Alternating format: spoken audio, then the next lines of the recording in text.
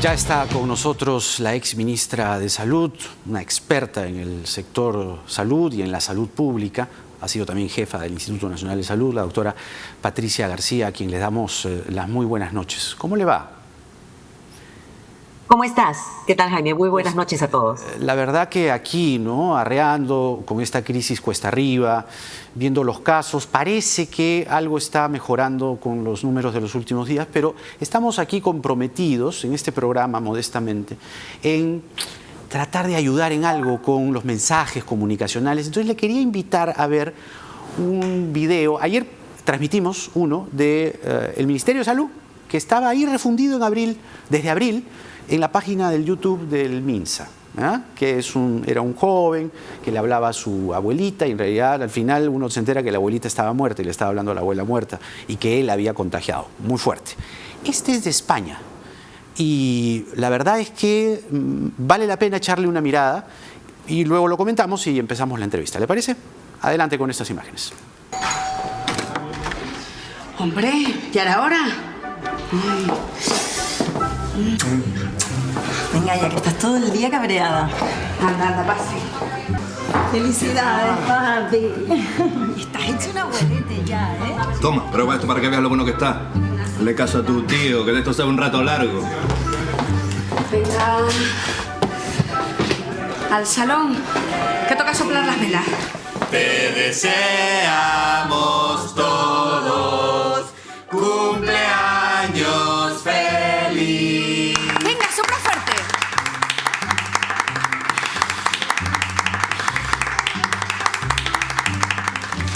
Bueno, el abuelo se nos pone elegante. Venga, va, abre el último.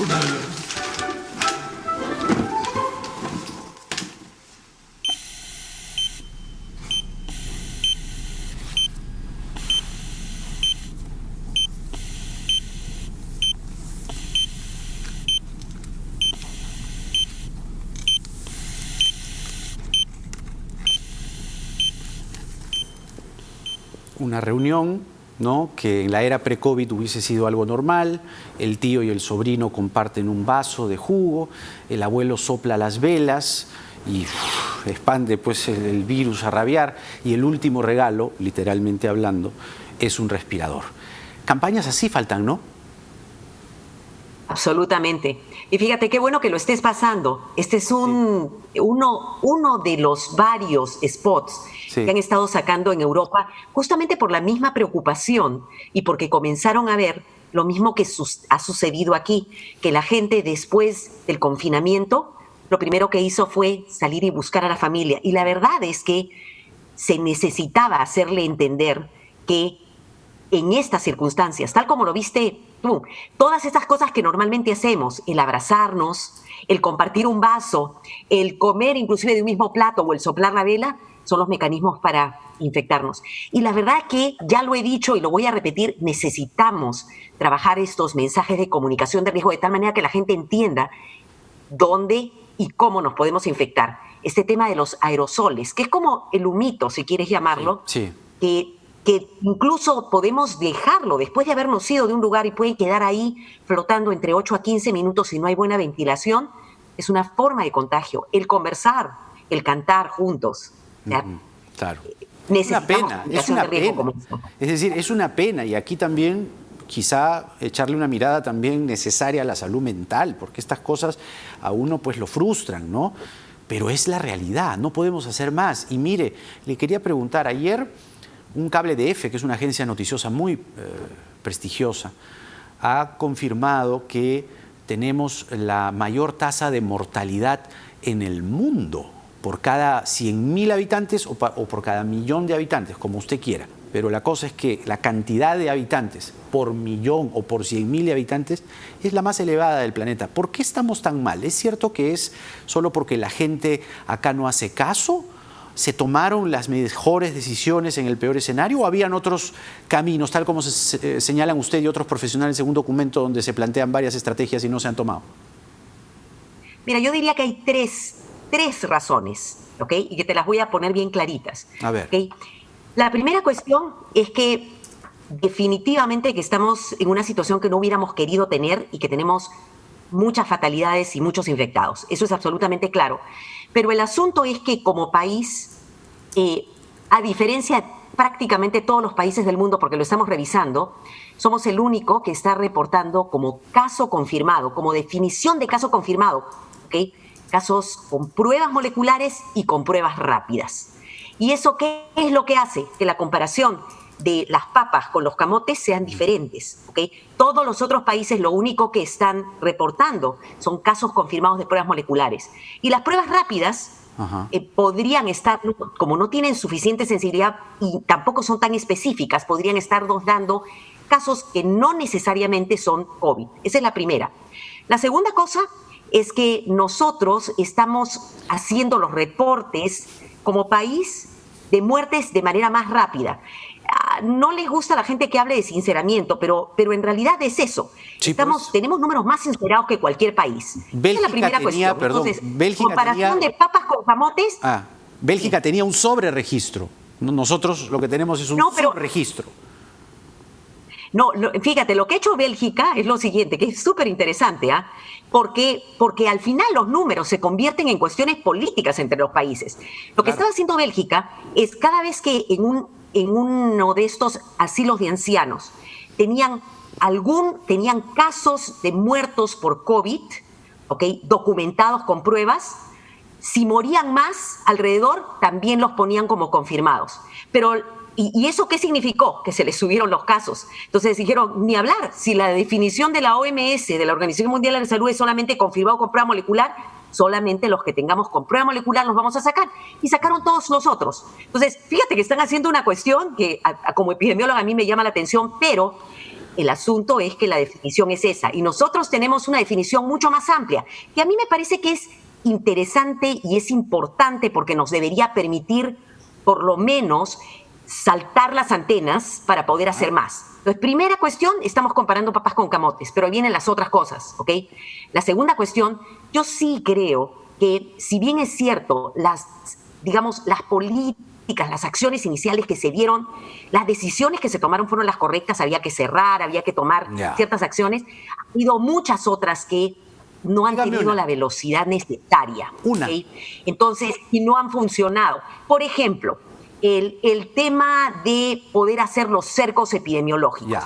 Con las deficiencias que tenemos en la atención primaria, nos faltaban personal, nos faltaron insumos porque las compras se demoran, pero también llegamos tarde a la pandemia, de tal manera que los otros países se habían agarrado las cosas, no había equipos de protección. Y te puedo seguir contando, o sea, otras cosas que nos han fallado, la velocidad para entregar los bonos, de tal manera que la gente se quede en la casa. O sea, la velocidad del Estado no ha sido la suficiente para implementar las acciones. Y como estabas haciendo el comentario, incluso las pruebas rápidas fueron útiles en su momento, pero ya a estas alturas, o sea, ya pasó suficiente tiempo. Ya deberíamos haber implementado a nivel nacional las capacidades de las pruebas moleculares, incluso teniendo tantos laboratorios académicos implementados y apoyados por el mismo Estado a través de Concitec, han debido sumarse para poder tener una mejor respuesta. Algunos están empezando, segundo, ¿no? Están empezando, pero bien lento. Pero eso ha sido una casi, voy a llamarlo una batalla de buscando que se pueda entender que en una situación de emergencia no vas a pedir a los laboratorios requisitos absurdos de acreditación. Mira, Suiza, por decirte un ejemplo, de manera muy rápida incluyó a los laboratorios académicos para que pudieran sumarse, ¿okay? Son manos, capacidad, equipos que podían haber aumentado la capacidad de nuestros sistemas de laboratorio, que no habían insumos al inicio, pero ahora los hay. Entonces hay que crear los canales. Segundo, y el tercer gran punto, por eso te dije 3, no hay que comparar papas con camotes. Han habido, a pesar de que muchas de las políticas han sido correctas, la implementación no ha sido la correcta o la velocidad no ha sido correcta. Y tercero, el contexto social, ¿ok? Somos un país que no está acostumbrado a seguir normas. No tenemos, y la informalidad nos ha estallado en la cara. otro lado, como sociedad, además, no tenemos tampoco, además de no estamos acostumbrados a respetar la autoridad, tampoco existe lo que deberíamos tener en el país, son sanciones ejemplares, de tal manera que las cosas como las que hemos visto este sábado no pasen. Claro. La gente piensa, o por lo menos es una impresión, una percepción, que estamos bajando en fallecidos porque está bajando el número diario de muertos, porque el contagio se habría vuelto muy masivo. ¿Es descabellado pensar en la dichosa inmunidad de rebaño? ¿Estamos bajando o es una simple curva como ya ha pasado? Mira, lo que estamos viendo los datos, ¿ok? Y una preocupación que teníamos hace 2 semanas, y por eso, hace como 3 o 4 semanas ya, veíamos viendo que los números iban subiendo, pero también veíamos el comportamiento de la gente y estábamos viendo qué estaba pasando, que se estaban infectando familias y estaban habiendo también contagios en espacios de trabajo, etcétera. Y por eso te digo que lo que ha faltado desde mi punto de vista es mucha comunicación de riesgo. Los medios han estado tratando de hacer lo suyo, pero aquí lo que se necesitaba era una campaña nacional, ¿okay? Claro. Pero lo que después de que el presidente ha planteado algunos cambios, que se ha hecho cuarentenas en algunos lados, se cerró el día domingo, que muy cuestionable la medida, pero que esto es efecto del domingo. Justamente al tema, iba justamente al tema de, oigan, déjense de estar teniendo visitas familiares, se ha discutido todo esto. Claro. Tenemos como 1 semana y media, pero lo que estamos viendo es que efectivamente, tengo que decírtelo, en Lima, en Callao, en Arequipa, en Puno, Cusco y en varios de las regiones estamos comenzando a ver una bajada. Entonces, para mí eso... Pero todavía no se puede decir que es tendencia. No, por eso lo que deberíamos decir es, claro, es posible que la gente, y también hay más fiscalización, que es otra cosa importante. Entonces, yo creo que eso lo que nos tiene que decir es que si se fiscaliza, si la gente actúa de manera racional, si usa la mascarilla, si ventila, si se cuida, podríamos hacer que esto se baje. Yeah. Y eso es lo que queremos. Todavía no podemos hablar de inmunidad de manada. Para inmunidad de manada tú tienes que tener entre un 70 y un 80% de personas infectadas y eso significaría duplicar, triplicar, quintuplicar el número de muertos y eso no es lo que queremos. Entonces, lo que queremos es que la gente se cuide, entienda cuáles son los riesgos, no a los lugares cerrados, ¿ok? No a los lugares sin ventilación. Hay que usar la mascarilla. No hay que estar en contacto con otros y de ninguna manera cosas como lo que hemos visto en esa discoteca. No, eso ya es una aberración. A ver, científicos, la gente, la sociedad y hace muy poco la iglesia han salido a exigir una estrategia, ustedes mismos también, una estrategia contra la pandemia basada en la ciencia. La percepción, lo que nos está diciendo es que el gobierno basa sus políticas sanitarias o basaría sus políticas sanitarias más en opiniones que evidencia científica, ¿no? A pesar de haber convocado asesores científicos de primer nivel, como en la comisión que usted aún preside, entiendo. ¿El MINSA y el propio presidente no quieren trabajar o no quieren escuchar a los científicos o qué está pasando? Yo creo que también hay velocidades, o sea, esta posición de asesor o de asesores, estas recomendaciones y finalmente las decisiones se hacen a nivel político. Algunas de las decisiones se toman, otras no, algunas se demoran en tomarse, ¿ok? Pero tengo que decirte que ni aquí en el Perú ni en ninguna parte del mundo se tiene la varita mágica para saber cómo parar esta pandemia. O sea, realmente lo único que va a parar la pandemia, y es real, o sea, pararla, va a ser el tema de las vacunas. Y lo que sí sabemos, y esto sí lo sabemos, y por eso es que se recomienda, es que el comportamiento de las personas, o sea, es lo que puede reducir la transmisión, y es absolutamente importante que las personas que pueden cuidarse, y estamos hablando de los adultos, ¿ok? Y estamos hablando de la gente que sale a la calle, cumpla con las medidas y no sean faltosos, ¿ok? Y para aquellas personas que por condiciones económicas o sociales no pueden cumplir algunas de estas, el Estado tiene que cumplir su rol. Entonces, por eso te digo, hay dos ahí. Esto todavía tenemos para varios meses. Yo soy de las personas optimistas y como optimista que soy veo que creo que en esta semana, con este golpe, tratando de dar mejor los mensajes, por lo menos, la gente ojalá que haya entendido, gobierno tiene que moverse más rápidamente y también tiene que tomar acciones sancionando lo que tiene que sancionar y fiscalizando lo que se tiene que cumplir. Yeah. Y mientras tanto, mantenernos sanos para esperar. También me parece muy positivo que finalmente ya se estén moviendo las acciones con respecto a la participación de ensayos clínicos y con respecto al aseguramiento del acceso a las vacunas que definitivamente vienen para comienzos del próximo año, porque eso va a ser lo que finalmente va a parar esta transmisión. Ahora, entiendo que estas recomendaciones que ustedes han plasmado en esta carta que tengo aquí en mi dispositivo, luego de meses de no recibir respuesta escrita del exministro Zamora, ustedes envían una suerte de resumen a la ministra Massetti, se reúnen con ella les expresa su interés, pero esto no se ha reflejado, entiendo, y es notorio y público, en las decisiones que el MINSA sigue tomando. O sea, ustedes recomendaban y recomiendan rastreo de contactos, testeo molecular masivo usando redes de laboratorios académicos, que lo acaba de decir, está empezando, ¿no? Normativa para vacunas, ventiladores, pruebas moleculares peruanas, etc. ¿Qué está pasando? ¿La ministra no cree posible llevar esto a la realidad? ¿El aparato estatal es tan lerdo o rengo que no permite que estas cosas pasen? Te voy a decir, fíjate, nosotros hemos tenido un canal directo para conversar con el ministro Zamora también. Y si te das cuenta, en ese documento hay recomendaciones que han sido recomendaciones desde cosas tan sencillas que sí se hicieron, pero hubieron cosas que van más allá. O sea, hay cosas que estamos nosotros inclusive recomendando. La burocracia en el Estado es tan impresionante que las cosas no se mueven. Y hemos tenido que empujar. Hay cuellos de botella desde diferentes instituciones, inclusive hemos tenido que ayudar para que se pudieran mover los ventiladores producidos en el país, etcétera. Entonces, algunas cosas se movían, otras no. Al entrar la ministra Massetti, lo que hicimos como comisión y que debería hacerse era hacerle un resumen, y ella, o sea, muy abierta, ha tomado en consideración estas cosas. Tenemos una persona de contacto.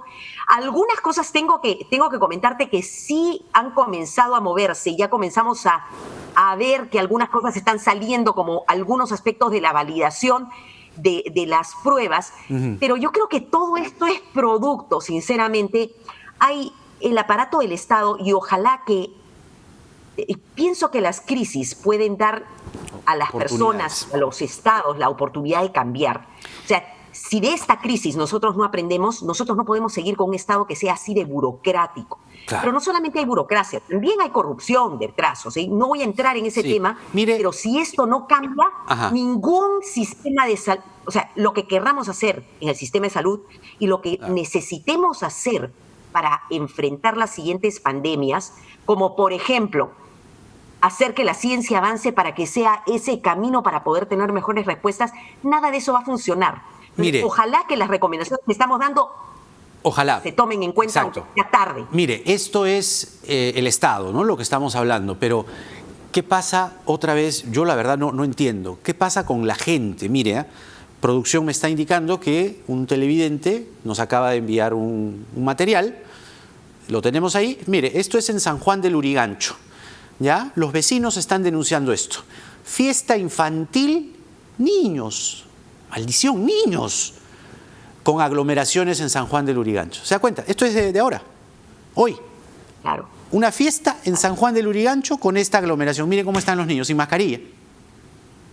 Entonces, por eso te digo que aquí estamos hablando cuando hay gente que dice, ¿por qué hablan de la responsabilidad de la gente? Hay gente que nos estamos quedando en las casas. Sí, yo sé que hay mucha gente que la veo con la mascarilla, veo gente que se cuida, pero basta un grupo de irresponsables que no quieren entender el mensaje o que creen que las cosas no son ciertas y que si hacen esto nadie se va a contagiar. Basta ese grupito para que afecte a todo el resto. Pero aquí yo creo que debería entrar el Estado. Por eso te hablaba de fiscalización y de sanciones efectivas.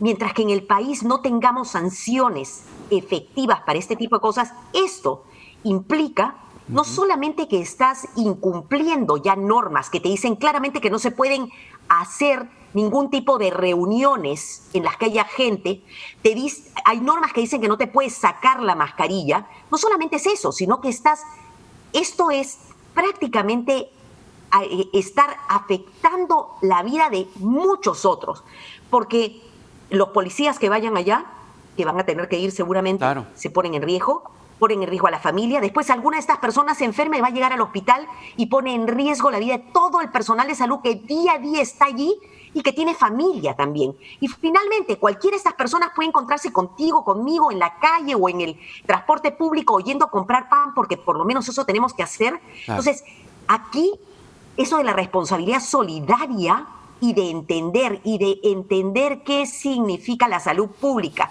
Mi comportamiento afecta el de otros. O sea, si la gente no lo entiende así, yo creo que ahora sí, el Estado tiene que comenzar a fiscalizar y sanciones que realmente sean efectivas.